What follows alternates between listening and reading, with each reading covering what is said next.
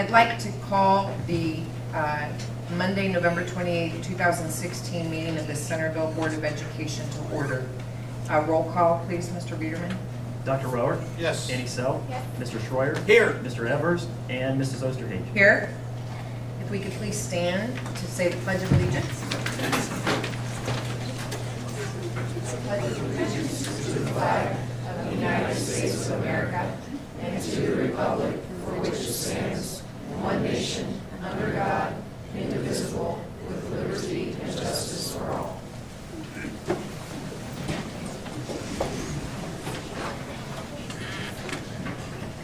If I could please have a motion to approve the agenda as presented. So moved. Second. Roll call, please. Dr. Rower? Yes. Annie Sell? Yes. Mr. Schroyer? Yes. And Mrs. Osterhage? Yes. Mr. Evers is here. Let the record reflect that Mr. Evers has joined us. Mr. Evers, I'm going to go ahead and start with the superintendent's reports. Please do. Dr. Henderson? Thank you, Mrs. Osterhage. We're going to start off tonight with three brief reports, and the first member of our administrative team here from Centerville High School is going to be Mr. Carroll, giving a brief report, followed by Mr. Westney, our business manager. Thank you. Good evening, and thanks for the opportunity to speak at tonight's board meeting. I'd just like to share some follow-up information due to some concerns that came to the board regarding some harassment and bullying issues that occurred right after the most recent presidential election.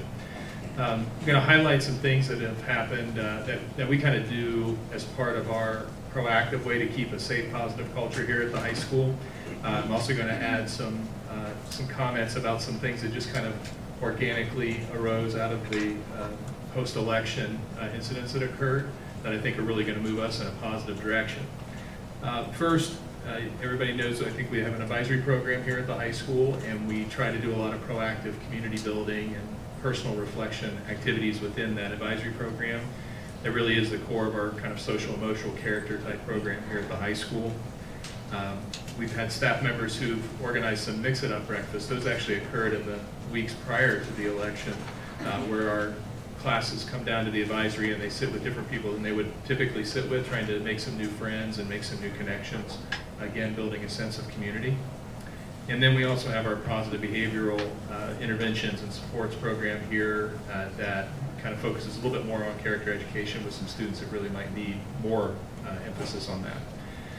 With some of the recent challenges that occurred right after the election, we kind of felt that we should just do something. It was really great. I did an announcement about it because I really wanted to send a positive message to our students that we shouldn't sometimes listen to some of the negative rhetoric that we see on the news, and that we should know that our words matter and our thoughts matter, and that we should always be positive. And out of that came some pretty neat things here at Centerville High School. Probably the biggest one I'd like to highlight is some teachers approached me because some kids said to them they'd like to do something. So they generated this Lend a Hand for Unity project that is now on display back at our PAC. And what that is, just as an explanation to everybody, is that they decided to take a picture of as many student hands as we could to really represent all the different hues of all the different skin colors and ethnicities we have here at the high school, and just to kind of show how diverse we really are. Really pretty astounding to stand there in the back of, in their hallway in there behind my office, and there's just hundreds and hundreds of kids coming to get their hands photographed. And yearbook kicked in, and the art teachers kicked in. Mrs. Wright, Mrs. Valley, Mrs. Knight, our technology coordinator, helped. And so it's a kind of a really neat kind of organic group effort. So we actually presented that and posted it back in the PAC. One of the other events that happened as a result of this, which is we hosted a Welcome Dayton Town Hall meeting. It was really a positive experience. We got to hear from some immigrants to our country why immigrating here was important to them, some of their stories of how they got here, which were really kind of touching and profound stories. We get to learn also about Welcome Dayton and what that program does to really support people who immigrate to the United States, and specifically attracted to Dayton because there's such a great support network, and the belief that that fuels our economy, our local economy, and that diversity enriches our lives. So it's a really neat event that we hosted in the PAC. That was actually organized by one of our world language teachers, Miss Ernest, teaches Spanish here, and she coordinated with our district ELL coach, Mrs. Lemaster, so it's a really great opportunity. We continue to meet with students. We've actually had students come forward as everybody wants to get involved and continue to have a positive impact on the school culture. We're going to have some kids even come to the principal's meeting next week with some ideas and thoughts about what we can do to continue to try to push ourselves to be better as a school in supporting all students. So we're really excited that out of some negative things that may have happened early, it's really turned and made a real positive impact, I think, on our school. So I'm excited about that. Probably close with just saying that, I think we probably obsess over trying to create a safe environment here, and that we always want people to tell us if there's ever a concern. And our teachers are always, we're asking them to always be vigilant and to communicate with us so we can always stay on top of that. But I'm really excited about some of the things that are happening. I know we're going to do some recognition for one of our students tonight who created a program around this, which I'm excited about. I just think there's a lot of good things to talk about. So, any questions or anything? All right, thank you so much. Thank you. Thank you, John. And I would just like to add that I think John's response the day after the election, the announcement that he made, and all of the staff here at Centerville High School, the efforts that they put together were just really good. I was here in the building when they were taking pictures of the hands. It's an awesome display down in the Performing Arts Center lobby. And I was at the town hall meeting as well, and I thought they were both right on target and were good events. So thanks for doing that. Next, we have John Westney, our business manager, who's going to do a short report on our efforts to save money and energy in the district. Good evening. I just want to share with the board and our guests tonight our Energy Star rating for this year. I'm excited to announce that for the third year in a row, all 12 of our Centerville schools have earned the Energy Star rating.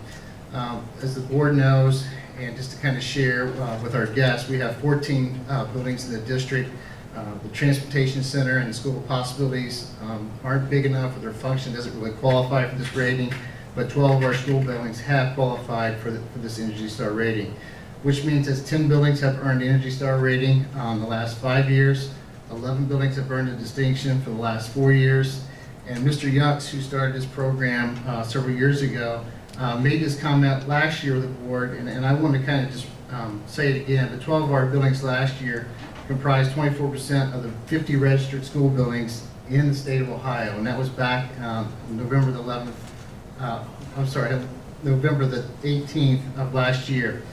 This year, 12 of our buildings comprise 32% of the 37 registered school buildings in Ohio. So you can see, I think we're doing our part as a school district to make sure that our buildings are energy efficient. The Energy Star studies have proven that energy certified buildings have lowered operating costs and have increased asset values to our properties. In addition to that, it also helps with the environment to have energy efficient buildings. This chart I know is really busy, and I'm not going to go through this entire chart with you, but there are a couple things I'd like to highlight. You can see our 12 buildings, the properties, the year, the energy costs for each of those buildings compared to the national median or the average energy cost and the savings that can be determined between those two columns.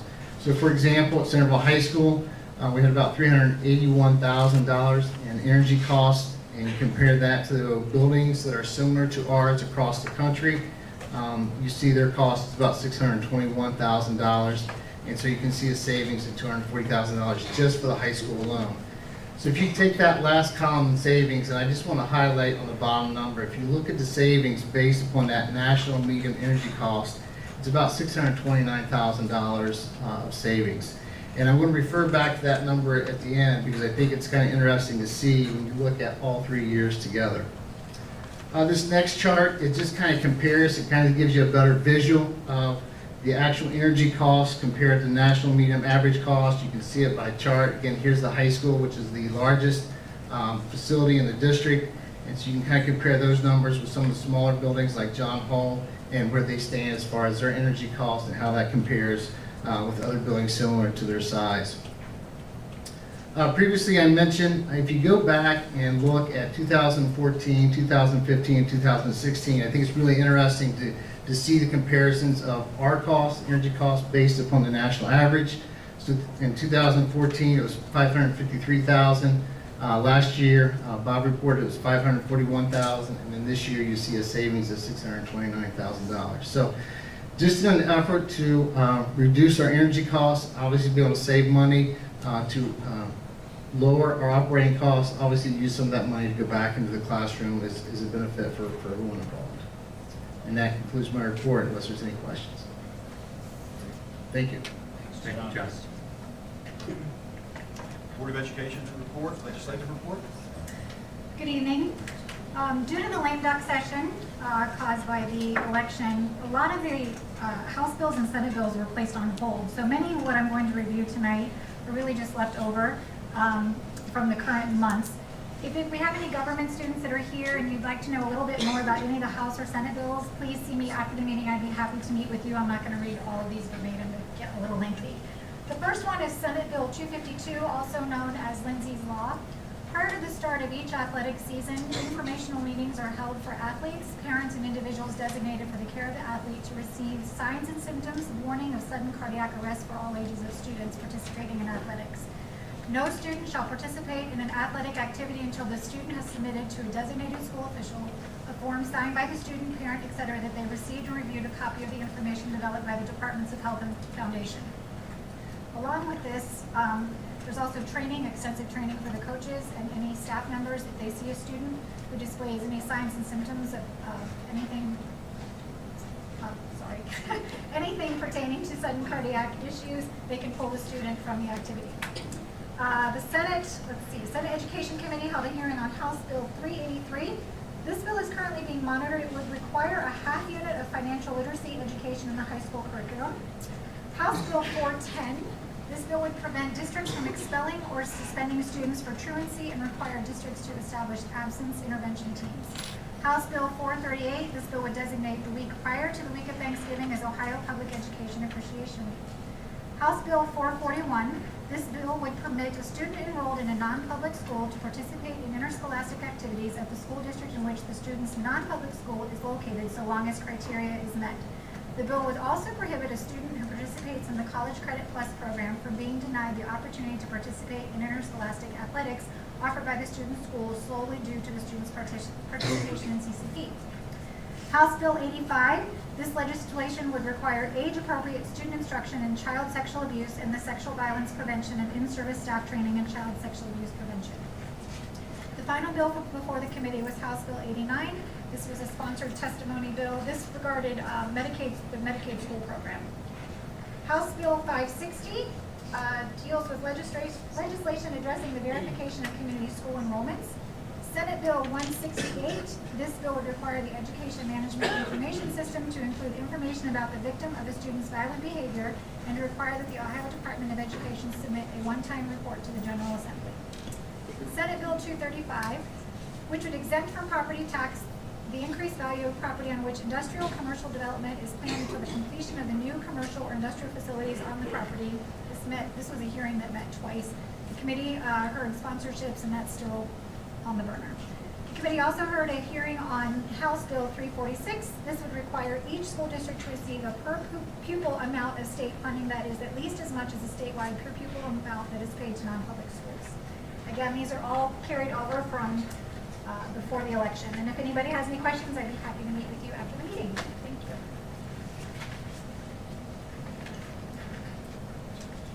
Thank you, Mrs. Self. Next, we're going to move into the honors portion. It's great that we have an opportunity to honor 4 athletic teams and then also several high school students who embarked on a kind of a personal initiative with a poster contest after those 4 teams are introduced. So first of all, students and parents, this meeting will be broadcast on Channel 21 this coming Friday at 7 p.m., Saturday at 1 p.m., and Sunday at 9 o'clock p.m. if you'd like to see this on TV and DVR it. It will also be on many, many other times throughout the next several months as well. So we're going to start off tonight with Coach Dobson, coach of our girls cross-country team. So Coach Dobson, if you want to come up and say a few words. Ladies, as you're introduced by your coach, we'd like you to congregate in front of the board here, and we'll get you on camera as a team, and then we'll move through the rest of our teams as well. So, Great. Thank you, Dr. Henderson. It's a privilege and an honor to be here. We appreciate the opportunity to be in front of you this evening. We find it to be, again, a great honor to be here. Thank you, Dr. Henderson, and to the entire board for all of your support and what you do for our community and for our schools. I'd also like to thank Mr. Dement, Mr. Carroll, and the other administrators here at the high school and throughout the district. Thank you also to Coach Walsh and his staff, as well as the boys team, for their support throughout the year. To our parents, wonderful support. We couldn't do it without them. To our team, we had about 68 young ladies on the team this year, and they were rallied behind a little mantra that we've had for several years of one team, one goal. We showed that. This is out of the last 5 years, we've either won a state title or been state runner-up 4 of those times out of those 5 years, and each of those times we've taken a large percentage of our athletes up there. So I think it's a great honor that these athletes have done, and certainly doesn't diminish it, but only enhances it by the fact that we've taken a great group up there with us. Also like to thank our coaches, and then like to honor these great, strong, determined, and driven athletes that are here before us as well. So I will just list them.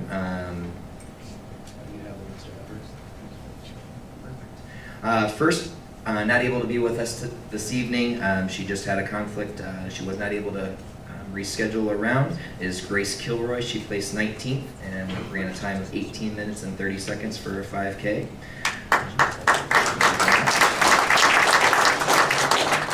Our second runner at the state meet was Savannah Lowe. She placed 33rd and had a time of 18 minutes and 46 seconds. Next was Rachel Whitehead. She placed 35th and had a time of 18 minutes and 47 seconds. Next was Carrie Walsh. She was 46th and had a time of 19 minutes and 4 seconds. Next was Kelly Walsh. She was 50th and had a time of 19 minutes and 7 seconds. Next was Dahlia Einstein. She was 92nd and had a time of 19 minutes and 39 seconds. Sophie Hippenmeyer was 96th and had a time of 19 minutes and 42 seconds. Also being honored this evening is our alternate, Andrea Schofield.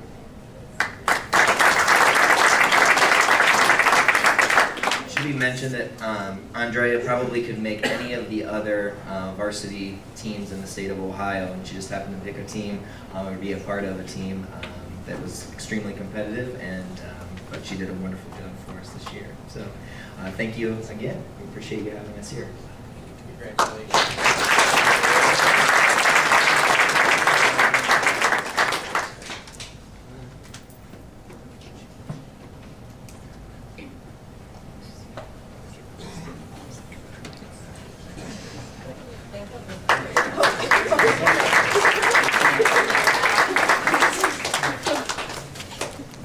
Thank you. Next, I'd like to invite Coach Walsh up to the podium and to make the introductions for the boys cross-country team.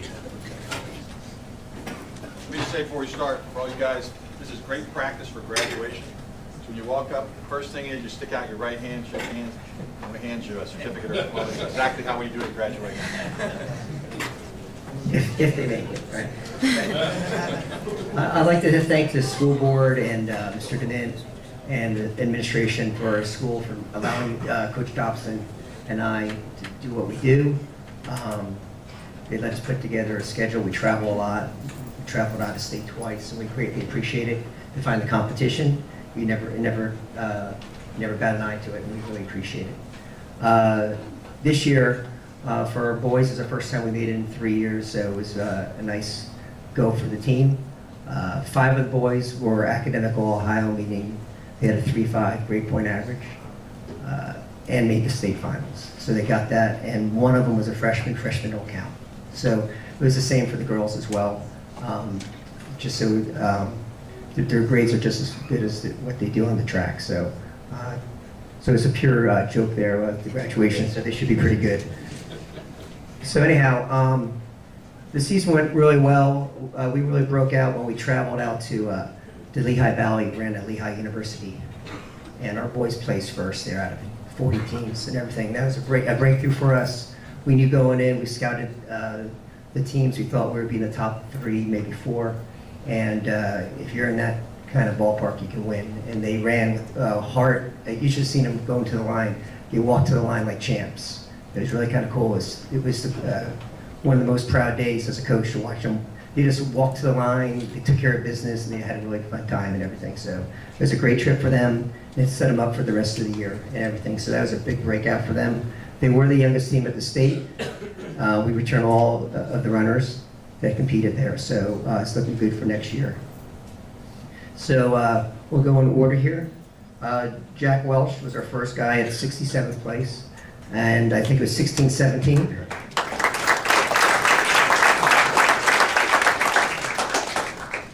Next was Matt Nerlinger. He was 87th, running 16:27. They were both juniors, and they were both captains for us this year. Next was sophomore Ben Burkett, 92nd place, 16:28. Next was sophomore Adrian Boswick. He was 105th, and he ran 16:35. Then we had a freshman. Usually every year you can look at the state, and about 5% of the runners at the state meet are freshmen, and Jeremy was one of them, Jeremy Davison. So he placed 145th, 706.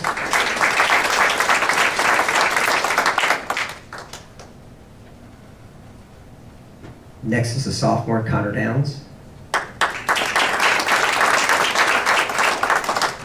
He was 146, 1709.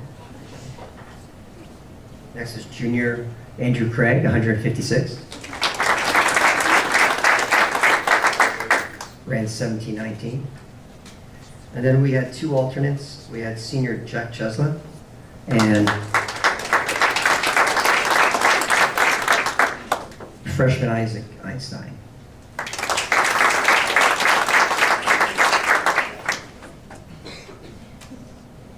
So nice job, Joe.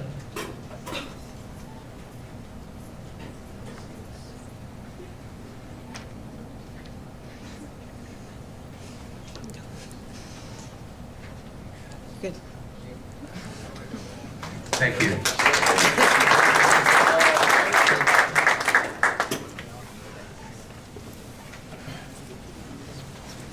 The next 2 athletic teams that we'll be introducing will be the girls and boys golf teams. So we're going to start off with the girls, and I'd like to have Coach Dalton come up to the podium.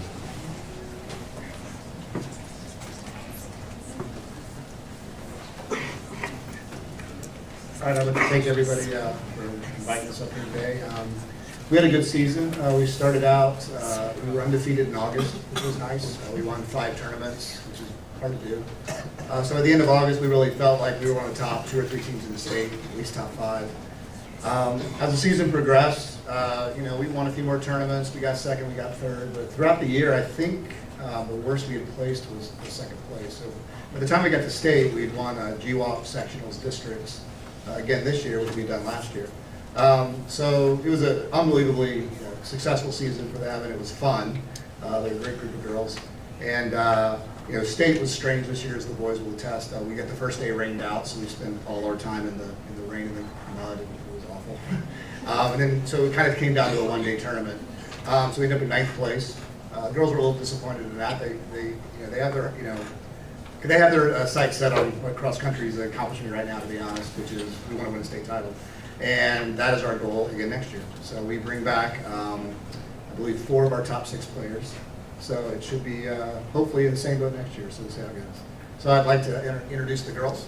We're going to start with Kayla Ramsey, sophomore. It's her second time to state.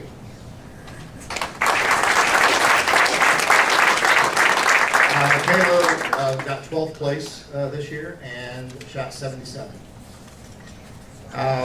Next up is sophomore Marissa Winsler. Marissa's also a sophomore, it's also her second time at state, and she placed 15th overall. Amanda Hayes. Amanda was our senior captain, and she placed 48th overall, and she will be going and playing golf at Ohio University next year. So, congrats. Junior Megan Munn. This was Megan's first time getting a chance to play a state. She plays 55th and had a great season. Shot, scores that she had not shot up to this point, so we're excited to see what she can do next year. Junior Molly Jacina. Molly plays 64th at state, and she also was her first time participating there, so hopefully, again, she's going to come back next year and have another opportunity. And our senior alternate was Lenon Doan. And Lenon did a great job this year, her first time on varsity gold, and was always positive and just an amazing young lady, so I appreciate it. And thanks again. Hopefully, we'll be back here next year.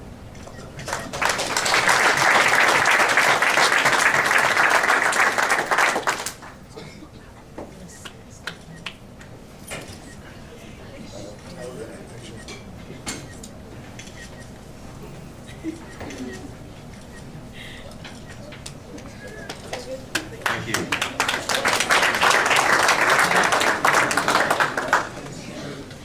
And next, I'd like to invite Coach Yucks up to the podium to make the introductions for the boys golf team.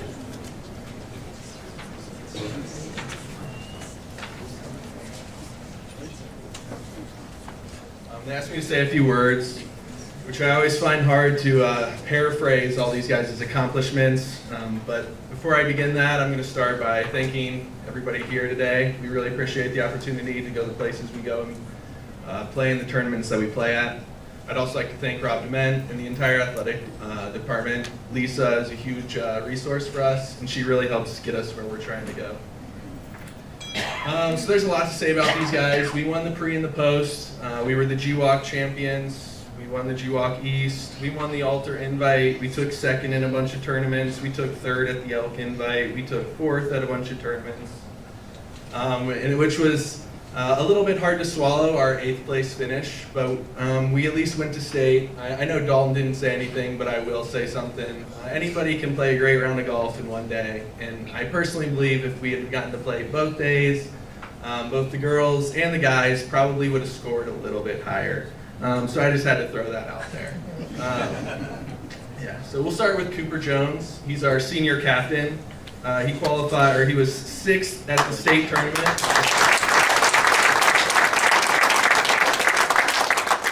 Cooper was our senior captain. He took 6th at the state tournament. He shot a 75 and was 2nd team all-state, which is pretty impressive.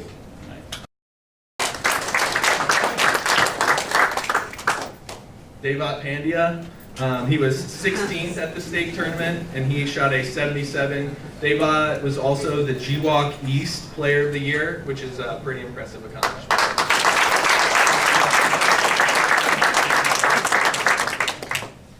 Then AJ, now's your time, AJ. AJ took 34th at the state tournament with an 81.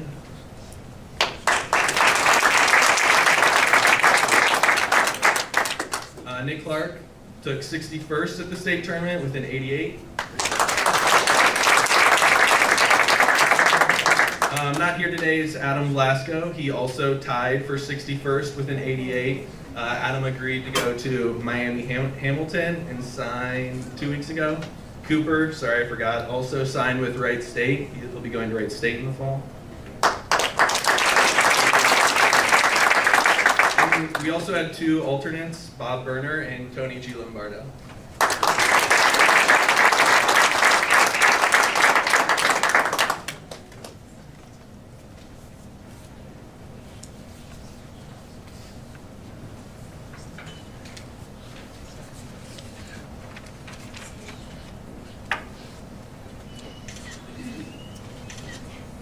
Well done, Jimmy.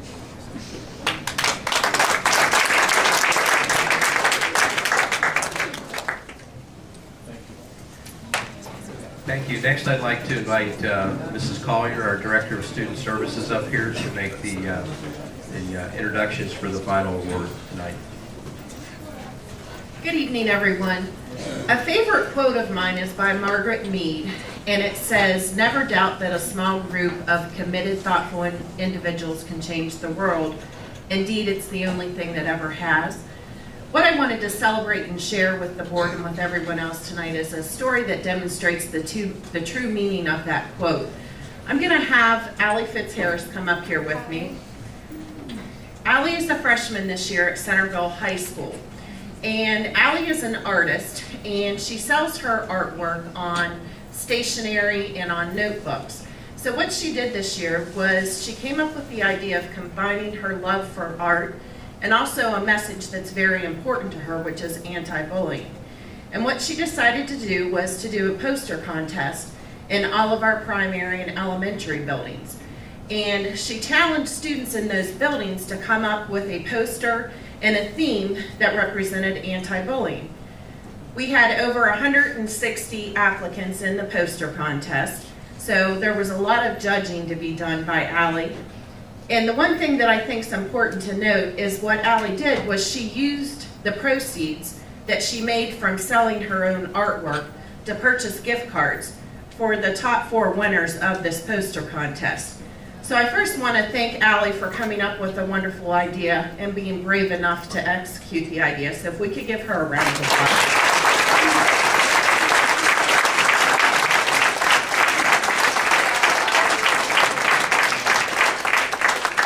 And the next thing we'd like to do this evening, Allie hasn't met the winners of the contest, so we're going to call the top 4 winners up this evening, and if you can remain up here until all 4 are up here, we'll have you come over here for a picture with Allie, please.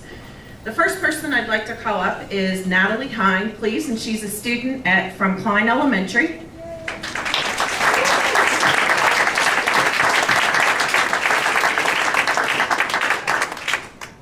I really loved it.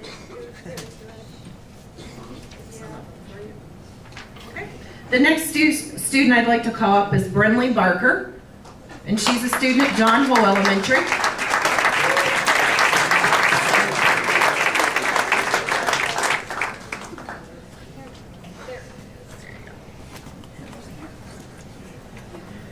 The next student is Amari Kemp from PVN.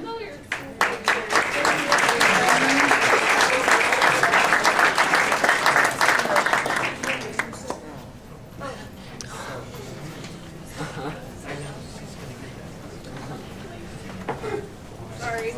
And the final student is Gavin Salt from Normandy Elementary.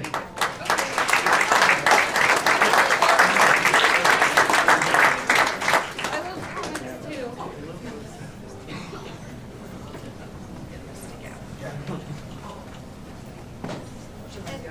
Yeah.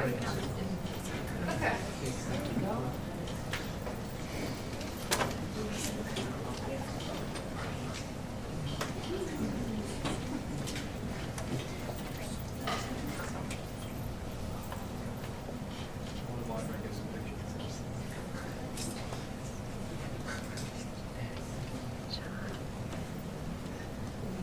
Nice job. Thank you.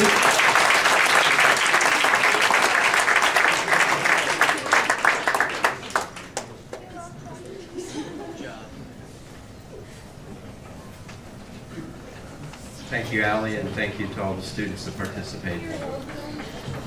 Excellent. It's always great to recognize the many, many accomplishments of our students.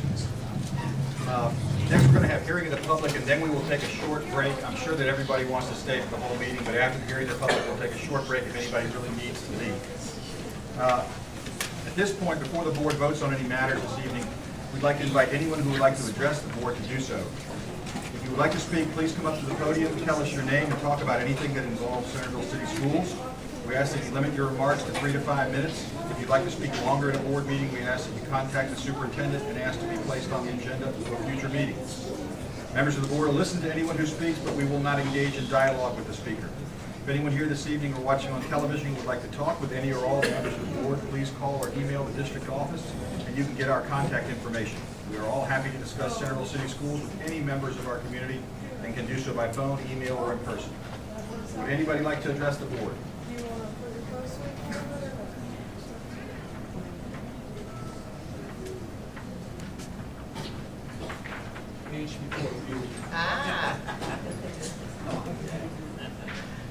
My name is Jack Garner. I live at 85 Zengo Drive, Centerville. begin with, I'd like to interject a personal note. Back in high school days, I thought I was a distance runner, and my sophomore basketball coach made us run cross country as a tryout for the basketball team. Needless to say, I did not play basketball that year. It is a tough score. It's really tough. This evening I'm before you because at some point in time, the Ohio State University is going to participate in Friday night football as authored by the Big Ten at the urging of TV, and obviously dollar signs are a big part of that. I would like to suggest that the Centerville School Board of Education take a strong negative viewpoint of this Friday night football by Big Ten football, because Friday nights is traditionally a high school football night, and I hate to see college interfere with that. When you think about mediocre football teams in the high school level, and there are several, you get a night like tonight, will their choice be to go to the football game or to be home watching TV with a bowl of popcorn? And I think the answer is pretty obvious. I think Centerville has been extremely fortunate in having good football teams and excellent fan participation. And I think it's appropriate for this Board of Education to take a strong stand against Friday night college football, particularly the Big Ten and Ohio State, because the dollar signs are so big to them, which I cannot believe.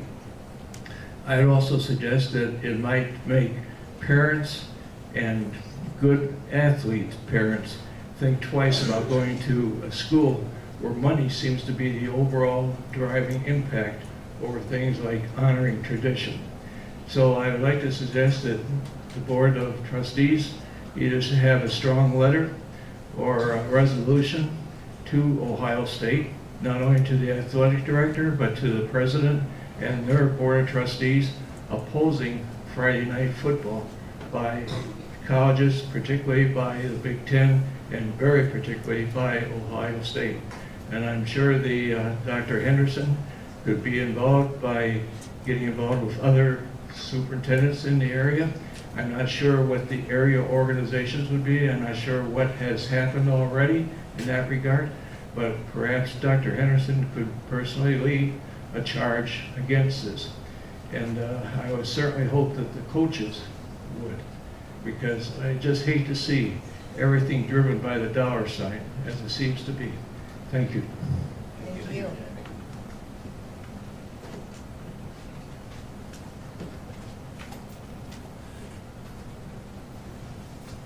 Good evening, Board and Centerville High School students and parents.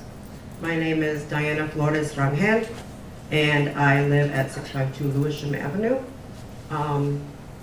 I got the worst talk with my daughter, and if you kids could listen for a second, I'm addressing this to you particularly. My daughter came home after the elections, and she said, "Mom, I had the worst day at school." And my daughter's very quiet, doesn't really, talk too much about school. She said, "I don't feel safe." And my mouth hit the floor. And I said, "Why don't you feel safe?" And she said, "Because when I was minding my own business walking to my class, a classmate came up to me and shouted at me and said, 'Go back to your country.'" I notice nobody's talking right now. Yeah, that's how I felt. That's my child. We are proud Mexican Americans. She's also Indian. And so racism has been around since the beginning of time. We all know this. But right now, racism has changed.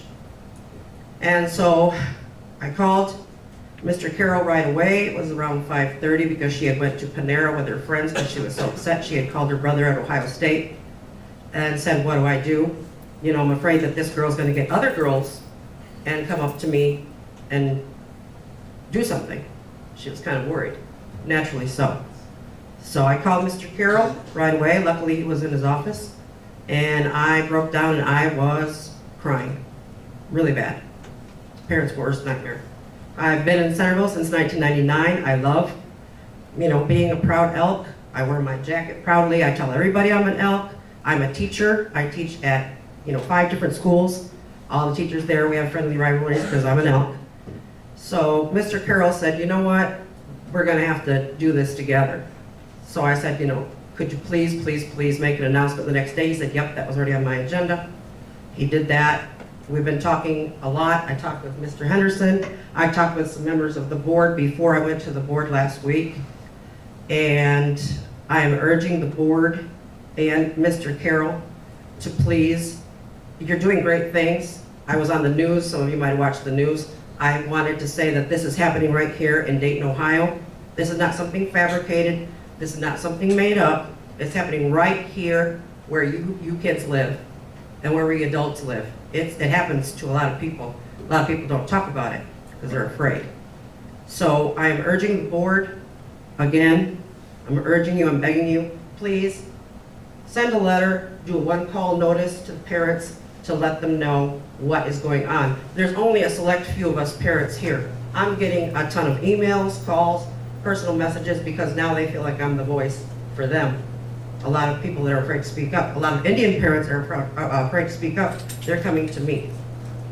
So I would urge you to please talk to them directly and let them know how proactive and what we've been doing and about zero tolerance. You bully, you get suspended or you get kicked out. That's it. We don't tolerate that in Centerville. We're a very diverse community, so that's all I wanted to say. And thank you very much, Mr. Carroll, Mr. Henderson, and the board for being so welcoming and very supportive. And I think I'm going to faint now. Thank you. Thank you. Thank you. Yeah.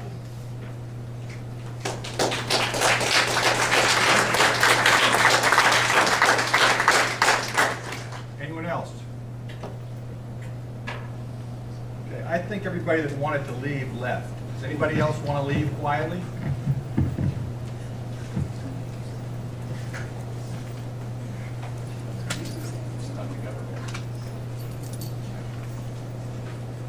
Next on our agenda is the treasurer's report.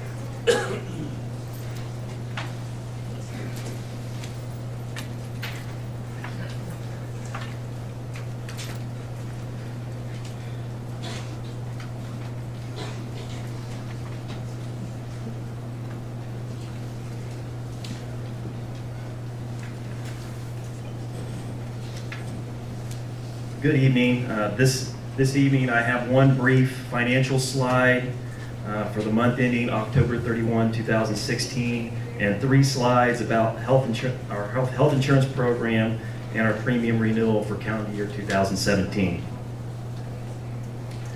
In summary, actual general fund revenue combining all sources and expenses in all categories are on target with the 5-year forecast projection after 4 months into the 2016-17 fiscal year. Continuing to make good administrative decisions will help control expenditures throughout the remainder of the school year. I shared this next slide about health insurance premiums at the meeting last month. We have been self-funded for our medical insurance program since 2012, and since doing this, our insurance premiums have really stabilized, as you can see in the chart. In particular, the rates have stayed almost flat since 2014, in a time when many schools and other businesses have seen double-digit increases. The savings is undoubtedly substantial, and making the decision to go self-funded in 2012 was definitely a wise choice. Last month at the work session, the board agreed we should take another month to analyze how the medical insurance program continues to track before making a decision about what the rate should be for calendar year 2017. The program continues to run well in these final 2 months of the calendar year, and our administrative team is recommending the premium should not change for 2017. This will be 3 out of the last 4 years with no increase in health insurance premiums. This is fantastic news financially, both for the employees who share 15% of the medical insurance cost and to the district's general fund.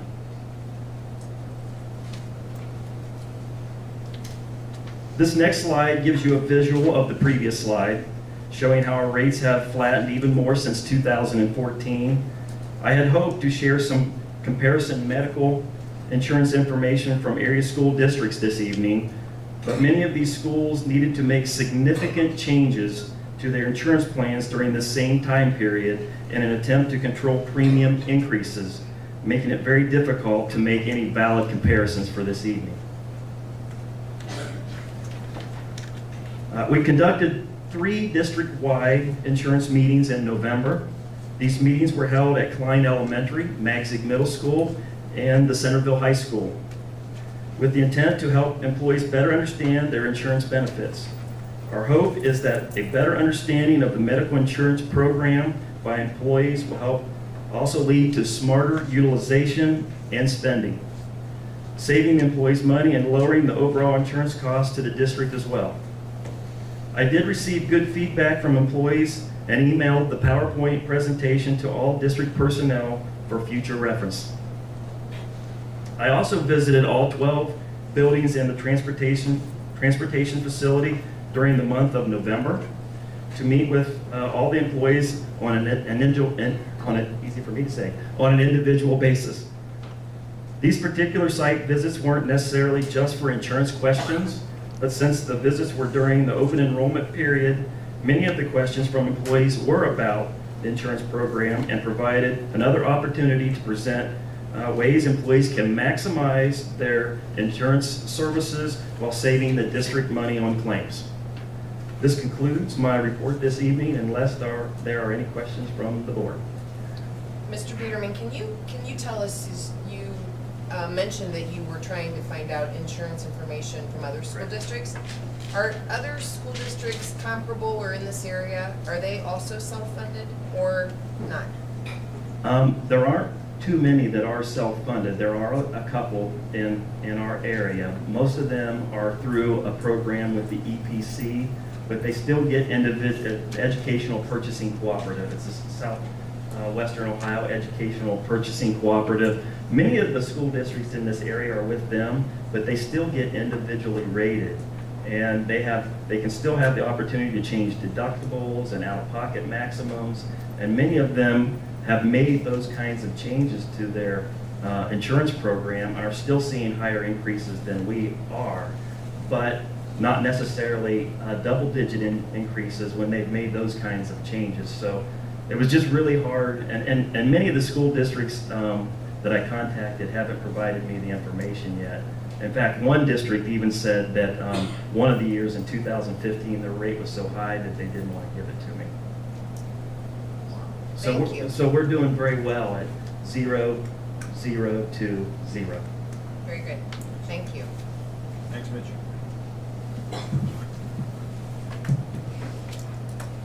The board will now take up items on our agenda which require a vote by the board. We'll move very quickly through these items. I want the members of the community to know that we are not failing to give these matters the attention they deserve. We've received written information on each of these matters prior to the meeting. We've discussed them at work sessions that the board has, and we've had a chance to discuss them with the superintendent and other members of the district staff as we needed to. So while we'll be moving fast, we have carefully considered each of these matters. Treasurer's recommendations. Consider approving the October 2016 financial statements, including the monthly financial report, the fund activity report, appropriations, general funding spending report, general fund summary comparison, and purchase orders included in the statement number 7 approved by the administration, quote, then and now, close quote, certified by the treasurer and supported by board resolution, which total $174,661.26. So moved. Second. Been moved and seconded. Any discussion or questions? Call the roll, please. Mrs. Osterhage? Yes. Dr. Rohr? Yes. Annie Self? Mr. Schroyer? Yes. And Mr. Evers? Yes. Consider approving a resolution for a 0% increase to the Anthem employer/employee medical insurance premiums for calendar year 2017. So moved. Second. Been moved and seconded. Mrs. Osterhage? Yes. Dr. Rohr? Yes. Annie Self? Yes. Mr. Schroyer? Yes. And Mr. Evers? Yes. Consider approving the minutes of the following Board of Education meetings. October 24th, 2016, a regular meeting, and November 21st, 2016, a special meeting work session. So moved. Second. Moved and seconded. Call the roll, please. Mrs. Osterhage? Yes. Dr. Rohr? Yes. Annie Self? Mr. Schreier? Yes. And Mr. Evers? Yes. Superintendent's recommendations. Any reason we can't take them all? Okay. Superintendent recommends accepting resignations as listed on Schedule A. Superintendent recommends the employment, change of employment status, or change of contract status for the certificated persons listed on Schedule B for the salaries, programs, and on the effective dates given. The superintendent recommends the employment or change of employment status for the support staff persons listed on Schedule C for the salaries, programs, and on the effective dates given.